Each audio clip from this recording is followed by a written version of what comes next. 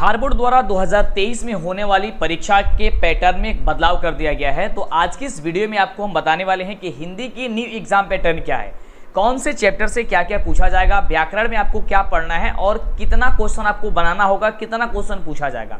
क्योंकि जब तक आप एग्जाम पैटर्न के बारे में नहीं समझेंगे तब तक आप कितना भी पढ़ लें आपका रिजल्ट अच्छा नहीं आ पाएगा। तो सबसे पहले आप ये जानें कि एग्जाम का जो पैटर्न है वो पैटर्न क्या है। तो आज के इस वीडियो में आपको हिंदी के एग्जाम के पैटर्न के बारे में आपको बताने वाले हैं। साथ ही इसके पहले भी हमने बहुत सारे चीज़ आपको बता दिया है, तो वो वीडियो आप नहीं देखे तो देख लीजिएगा, नीचे डिस्क्रिप्शन में लिंक है। आइए स्टेप बाय स्टेप आपको समझाते हैं जिससे कि आपको दिक्कत ना हो और सब चीज़ एक एक करके आप लोग ध्यानपूर्वक इसे समझने का प्रयास कीजिएगा जिससे कि आपको दिक्कत ना हो।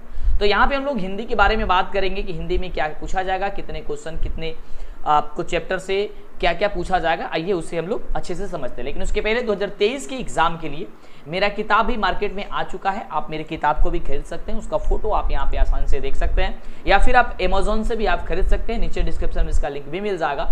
और मेरे आप वेबसाइट, मेरे ऐप से बेहतर आप तैयारी कर सकते हैं। इसका PDF बुक नहीं खरीदना चाहते हैं तो आप PDF भी आपको मिल जाएगा, ठीक है। तो मेरे ऐप को डाउनलोड कर लीजिए, प्ले स्टोर पे जाइए, लिखिए DLS एजुकेशन मंटू सर या DLS एजुकेशन ऑफिशियल, दो ऐप मिलेगा, आप वहां से डाउनलोड करके, या आप मेरे व्हाट्सएप ग्रुप से भी जुड़ जाइए, नीचे डिस्क्रिप्शन में लिंक दिया गया है। लेकिन कॉल वगैरह नहीं करना है, ये ध्यान रखना है आपको, क्योंकि कॉल करते हैं तो परेशानी होती है ऐसे में। चलिए आगे बात करते हैं, हम लोग समझते हैं बेहतर तरीके से। तो यहाँ पे आप देख सकते हैं, सबसे पहले बताना चाहेंगे आपको कि आपका जो एग्जाम होगा हिंदी का, स्पेशली यहाँ पे हिंदी के बारे में हम बात करेंगे। तो हिंदी का जो आपका एग्जाम होगा वो 3 घंटे 15 मिनट का आपका एग्जाम होगा। कितने घंटे कितने मिनट का? तो 3 घंटे 15 मिनट का एग्जाम होगा, जिसमें टोटल क्वेश्चन आपसे पूछा जाएगा 66 क्वेश्चन। यानी कि 66 क्वेश्चन में आपको 60 जो क्वेश्चन होगा वो ऑब्जेक्टिव टाइप क्वेश्चन होगा और 6 आपका जो क्वेश्चन होगा वो सब्जेक्टिव टाइप क्वेश्चन होगा। इस तरीके से यह कुल जो अंक होगा ये 100 अंक का आपका परीक्षा होगा। यानी कि 100 नंबर का आपका पेपर होगा 66 क्वेश्चन में। अब यहाँ पे ध्यान देने वक्त इस बात की है, मतलब ध्यान यहाँ पे इस बात की देनी है कि यह 2 खंड में बटा होगा। जैसे कि आपको हमने बताया कि इसमें ऑब्जेक्टिव और सब्जेक्टिव 2 पूछा जाएगा। एक का नाम होगा खंड अ, दूसरे का नाम होगा खंड ब। खंड अ में आपको वस्तुनिष्ठ प्रश्न यानी कि ऑब्जेक्टिव टाइप क्वेश्चन पूछा जाएगा, जिसमें 60 क्वेश्चन पूछा जाएगा। मात्र आपको 50 प्रश्न का जवाब देना है और इस तरीके से आपको यहाँ पे 50 अंक मिल जाएंगे। यानी आप एक बार और सुनिए, अब आपसे 60 क्वेश्चन पूछा जाएगा ऑब्जेक्टिव, जिसमें से आपको 50 क्वेश्चन बनाना होगा और इस तरीके से आपको हर एक क्वेश्चन 1 नंबर का होगा, तो आपको 50 नंबर यहाँ से आसानी तरीके से मिल जाएगा। पहले कोरोना काल में क्या हुआ करता था कि 100 क्वेश्चन पूछा जाता था ऑब्जेक्टिव, जिसमें से मात्र 50 क्वेश्चन को बनाना होता था। लेकिन अब कोरोना काल खत्म हो चुका है, जिसके कारण वह सुविधा को खत्म कर दिया गया है।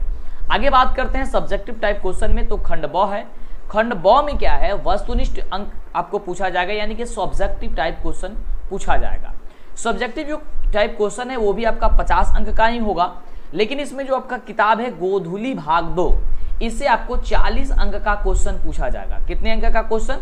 तो 40 अंक का क्वेश्चन यहाँ से पूछा जाएगा, गोधुली भाग 2 है। अब यहाँ पे रही बात कि सर आपने बताया कि सब्जेक्टिव से 50 अंक का पूछा जाएगा, तो अभी आपने 40 अंक ही बताया कि किताब से 40 अंक का पूछा जाएगा। तो 10 अंक कहाँ है? तो 10 अंक आपका जो वर्णिका है, जो दही वाली मंगमा वाला जो चैप्टर है, सीता की कहानी है, धरती कब तक घूमेगी, ये सब जो कहानी है, इससे जो लक्ष्मी का कहानी है, इससे आपको 10 अंक का क्वेश्चन आपके एग्जाम में पूछा जाएगा। इस तरीके से आपका 100 नंबर का पेपर होगा। एक बार और सुनिए, 50 क्वेश्चन आपका ऑब्जेक्टिव पे मिलेगा, 50 क्वेश्चन आपको सब्जेक्टिव पे मिलेगा। 50 में 60 क्वेश्चन पूछा जाएगा ऑब्जेक्टिव, जिसमें से आपको 50 बनाना है, यानी 60 ऑब्जेक्टिव में से 50 को सॉल्व करना है और इस तरीके से 50 अंक मिल जाएगा। तो इस तरीके से आपका ये एग्जाम होगा। चलिए आगे बात करते हैं। अब ध्यान दीजिएगा, अब जो 50 अंक आपको हमने सब्जेक्टिव बताया उसमें ध्यान दीजिएगा, उसमें अब अलग अलग खंड बटे होते हैं। जैसे कि हमने आपको बताया कि 6 क्वेश्चन पूछा जाएगा। अब 6 को देखिए, आपको हमने क्या बताया शुरू में कि आपसे 60 में 50 बनाना ऑब्जेक्टिव और 6 बनाना है सब्जेक्टिव। तो 6 सब्जेक्टिव क्वेश्चन में क्या क्या रहेगा, ध्यान दीजिएगा। 6 सब्जेक्टिव क्वेश्चन में आपका गद्यांश रहता है, निबंध रहता है, पत्र और लेखन और संवाद रहता है, लघुत्तरीय रहता है, दीर्घोत्तरीय क्वेश्चन रहता है और साथ ही आपका व्याकरण इसी में रहता है। अब ध्यान दीजिए कि किससे कितने अंकों का प्रश्न पूछा जाएगा। तो गद्यांश जो आपका है उससे आपको 20 अंक का प्रश्न पूछा जाएगा। कितने अंक का? तो 20 अंक का क्वेश्चन पूछा जाएगा। जो आपका निबंध होगा, निबंध लिखने के लिए आपको 10 अंक का पूछा जाएगा। यानी कि टोटल यहाँ पे केवल 2 चीज बड़ा ही इजी होता है आपके लिए, और इससे आपको 30 अंक मिल जाएगा। ये इजी हमने इसलिए बताया क्योंकि इसमें एक ऐसा तरीका होता है जिससे कारण जो गद्यांश होता है उसमें तो आपको कुछ भी सोचना नहीं है, आप 20 में 20 ला सकते हैं। इसका एक ऐसा नियम होता है। वह नियम क्या है? जब आप हमसे जुड़े रहिएगा, चैनल को सब्सक्राइब किए रहिएगा, धीरे धीरे जब आपको हम पढ़ाते रहेंगे उसी समय आपको सारा चीज बता देंगे। ठीक है, तो ये बड़ा इजी होता है। इस तरीके से यहाँ से 30 अंक आपको मिल जाएगा। पत्र और लेखन और संवाद जो होता है, या तो पत्र लेखन आप बना सकते हैं, नहीं तो संवाद आप कर सकते हैं। इससे आपको 5 अंक का क्वेश्चन आपको जो है वह पूछा जाता है। ओके, अगली चीज बात करते हैं जो लघु उत्तरीय क्वेश्चन होता है, यानी कि शॉर्ट क्वेश्चन का जवाब देना होता है किताब के माध्यम से, किताब से क्वेश्चन पूछा जाता है। इससे आपको 10 अंक मिलते हैं। 10 अंकों का आपको यहां से जवाब देना होता है। और दीर्घ उत्तरीय जो क्वेश्चन होता है, इससे आपको 5 अंक का प्रश्न पूछा जाता है। कितने अंक का प्रश्न पूछा जाता है? 5 अंकों का प्रश्न पूछा जाता है। इस तरीके से अगर आप इसे जोड़ते हैं तो टोटल का टोटल यहाँ से आपको 50 अंक हो जाएगा, और 50 अंक आपका ऑब्जेक्टिव हो गया। यानी कि पूरे 100 अंक का परीक्षा आपको इस तरीके से लिया जाता है। अब सबसे बड़ी सवाल यह है कि जो व्याकरण है उसमें कौन कौन सा चैप्टर है, यानी कि कौन कौन सा टॉपिक आपको पढ़ना है, और जो आपका चैप्टर है उसमें आपको कौन कौन सा चैप्टर का नाम है पढ़ना है, और निबंध क्या क्या है, आइए उसे भी हम लोग समझते हैं। देखिए ध्यान से, निबंध के पैटर्न की बात करते हैं तो आपके एग्जाम में पूछा जा सकता है मेरे प्रिय कवि पे आपको लिखने के लिए, या लेखक के बारे में, या शिक्षक और खेल के बारे में। अगर पर्व से क्वेश्चन आता है, यानी कि निबंध लिखने के लिए आता है, तो आ सकता है होली, दुर्गा पूजा, ईद, स्वतंत्रता दिवस। सामाजिक समस्या के बारे में बात करते हैं तो आ सकता है आपके एग्जाम में दहेज प्रथा, गरीबी, बेरोजगारी, भ्रष्टाचार, आतंकवाद, कोरोना, स्त्री शिक्षा। ये आपके क्वेश्चन एग्जाम में पूछे जा सकते हैं। आगे अगर इसके हम बात करते हैं कि अन्य विषय के बारे में कि इसके अलावा क्या क्या पूछा जा सकता है एग्जाम में, तो पूछा जा सकता है, ध्यान दीजिएगा, अनुशासन, राष्ट्रीय एकता, आत्मनिर्भर भारत, और पौधारोपण या फिर वर्षा ऋतु। ये सारे जो निबंध है इन्हें आपको अवश्य ही आपको याद करके रखना है। वैसे हम सारा चीज़ एक एक करके हर एक चीज़ आपको बताएंगे जिसमें आपको परेशानी नहीं होगी, और बेहतर तरीके से तैयारी करेंगे। इसमें कोई भी नो डाउट, इसमें डाउट ही नहीं होनी चाहिए आपको। ठीक है, वो कोई भी सब्जेक्ट हो, हर एक सब्जेक्ट की तैयारी आपको बेहतर तरीके से होगी, क्योंकि लाखों स्टूडेंट की विश्वास है और आप लोग का प्यार और सपोर्ट की वजह से ये सारा काम हो पाता है। तो आप लोग इसी तरीके से अपना सपोर्ट और प्यार बनाए रहिए, और देखिए सारा कुछ आपको धीरे धीरे होते चला जाएगा। आगे बात करते हैं गोधली के महत्वपूर्ण जो चैप्टर है, यानी कि गद्यखंड जो है, वह गद्यखंड से कौन कौन से चैप्टर है और इन चैप्टर को पढ़ना होगा आपको। तो ध्यान दीजिएगा, आपका जो चैप्टर है श्रम विभाजन और जाति प्रथा, 20 के दान, श्रम विभाजन जाति प्रथा जो भीमराव अम्बेडकर के द्वारा है, जो लिखित पाठ है। 20 के दान नलिन बिलोचन शर्मा जी द्वारा है। भारत से हम क्या सीखे, नाखून क्यों बढ़ते हैं, नागरी लिपि, बहादुर, परंपरा का मूल्यांकन, जित जित मैं निरखत हूँ, आवनियों, मछली, नौबत खाने में इबादत, शिक्षा और संस्कृति। ये जो आपका गद्यखंड का चैप्टर है, इतना चैप्टर आपको पढ़ना है, और इसी चैप्टर से आपके एग्जाम में क्वेश्चन पूछे जाएंगे।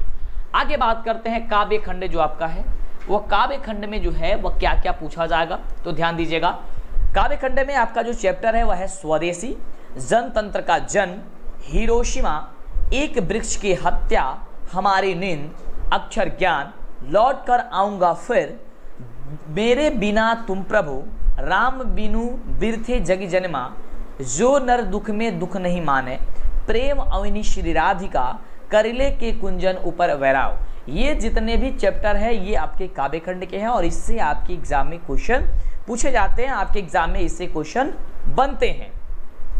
आगे हम बात करते हैं वर्णिका से, कि वर्णिका जो आपका चैप्टर है उसमें कौन कौन सा चैप्टर पढ़ना है, पार्ट है ये आपका वर्णिका जो है उसमें कौन कौन सा चैप्टर है और उससे कौन कौन से चैप्टर से क्वेश्चन आते हैं। तो आएगा दही वाली मंगमा, धरते विश्वास जो लक्ष्मी की कहानी है, माँ, नगर और धरती कब तक घूमेगी, आपके चैप्टर के नाम है, इससे क्वेश्चन आपके एग्जाम में बनते हैं।